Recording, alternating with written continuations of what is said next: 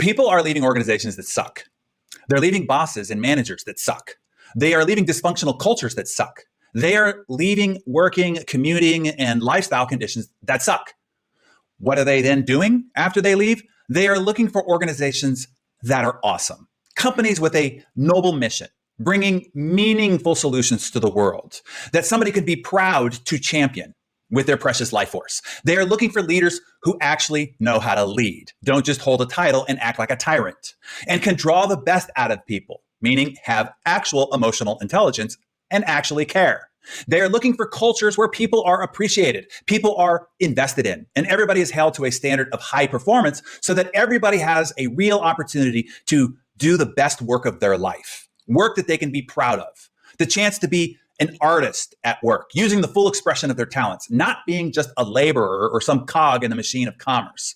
They are looking to live, not just work, to have their work around their lifestyle and not the other way around. They're looking for flexibility, to be trusted, not micromanaged, to be evaluated on results, not politics and kissing arse, and not logging time like an inmate at prison.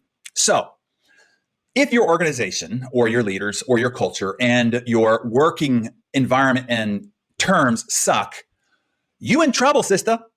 People will leave you if they haven't already. And you will have a hard time recruiting or hiring anybody in today's workplace culture. You will be like O.J. Simpson or Ike Turner or Lorena Bobbitt trying to get a date. People finally got a healthy distance from the abusive relationship that they've been in for decades. Thanks to COVID lockdowns, they can now look back with some healthy perspective and see the abuse for what it was. And now, if your organization can deliver on what it is to have a high impact, a high growth, and a high performing mission, leadership, culture, work environment, then the gold rush is on. The talent of the world is looking right now for you. It's time to get out there and grab this gold mine of talent. Give them a better life, a better future, a better chance to realize their full potential and use all that they have been given to do all that they can. Now, if you are thinking, oh, crap, where do I learn to build a company that is positioned around being a white knight champion to the community? A champion for people, planet, and society, a revolutionary to an industry, a community transformer, the authority marketplace leader that people can turn to for help, guidance, and a more abundant future. Then I repeat, get your booty to the Business Masterclass. Now, I'll give you a for instance of right in an industry that is having the worst go at this right now, right? The hardest time finding workers, and that is the fast food restaurant industry. Those are the businesses with the most help wanted signs, as you say. The restaurant industry is known for high turnover, even in the best of circumstances. And now they're having to literally periodically shut down because they can't find workers. Why are they having such a hard time finding workers? Because for decades, they have provided crappy work terms, low pay, an unpredictable schedule, untrained, unskilled, and unqualified, and emotionally inept management, uncaring upper leadership, low to zero appreciation, no healthcare, no vacation, no benefits. They have basically been treating people like disposable droids on a factory floor. So let me give you an alternative, an example, even in this industry, how you can be a white knight, a place that people want to come to work, a culture that brings the best out of people. A few years ago, Raji Sankar, who is the founder and CEO of Chula, it is a fast food chain serving Indian barbecue and delicious Indian dishes that are cooked in tandoori ovens at really high temperatures. She came to one of our business masterclasses looking for what I just described to you. She specifically wanted to differentiate her brand, her restaurant, and her work culture from the industry standard out there so that she could draw from the same pool of people the best and the brightest and build a culture that people wanted to be a part of. So in anticipation of this question, I asked Mariana to play the recruiting video that she produced after the business masterclass using the brand positioning, the culture building, and the A-player talent recruiting principles and strategies that she learned from the business masterclass curriculum. And there's so much baked into this 2-minute video that you might not fully realize all that is at play here without the context of having been through the BMC experience. So I want you to pay attention to this, okay? The overall charming, fun, and very personal feel. It's very human. The expressions by the team and Raji on why the culture is so awesome and unique. A personal view into their crew huddle. Does that sound familiar? To show how they care about their people, about the work they do, and the recognition that people receive. The description of their A player, a love of what they serve. They're looking for a patriot's heart. Team members expressing contrarian experiences in the food industry, which is what we call in the BMC curriculum, the Aikido strategy, expressing to the viewer, I know how you feel. I used to feel the same way, and now I found Chula. Then the growth opportunity, as it's told in first person by the young man who started out entry level and has risen to be a proud shift supervisor. And then finally, Raji comes on to express her vision for the culture and who is attracted to Chula, awesome rock stars who love to play with the best. And it's all done in 2 minutes. So Mariana, let's take a quick look. Hit where the stripes are, just touch it right. Fancy. What do I do? Scene what? Okay, let's do it. I feel pretty.